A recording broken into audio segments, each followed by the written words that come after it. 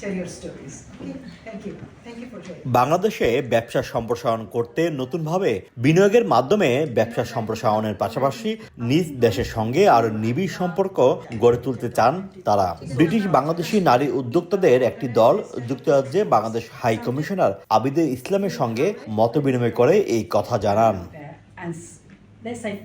নারী উদ্যোক্তারা বলেন, বাংলাদেশে ব্যবসা সম্প্রসারণের সুযোগ রয়েছে। বাংলাদেশি পণ্যের ভালো বাজার রয়েছে ব্রিটেনেও। পাটজাত পণ্য, শাড়ি, কারুশিল্প বেশ জনপ্রিয়। তাই বিনিয়োগের মাধ্যমে একটি প্ল্যাটফর্ম গড়ে তুলতে তারা আগ্রহী। আমরা যদি উইমেনের শক্তিটা যে আছে ওটা যদি কাজে লাগাতে পারি, that will be very beneficial for Bangladeshi economy.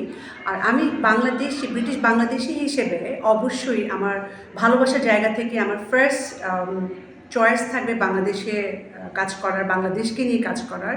যারা কুটির শিল্প করে, গ্রামে গঞ্জে ছোট ছোট জিনিস বানায়, মাটির জিনিস, বাঁশের জিনিস, আমি এগুলো এখানে মার্কেটিং করতে চাই। আমাদের জন্য যদি হাই কমিশনটা একটা প্ল্যাটফর্ম হয়ে দাঁড়ায়, তাহলে আমরা অনেকগুলো ইস্যুস আমরা হাই কমিশনের থ্রুতে দিতে পারি এবং আশা করব যে বাংলাদেশ হাই কমিশন যেন আমাদেরকে এই জিনিসটা ফ্যাসিলিটেট করে দেয়। ব্যবসায়িক সম্পর্ক গড়ে তুলে অর্থনৈতিক উন্নয়নে ব্রিটিশ বাংলাদেশি নারী উদ্যোক্তাদের সব ধরনের সহায়তার আশ্বাস দেন হাই কমিশনার আবিদা ইসলাম।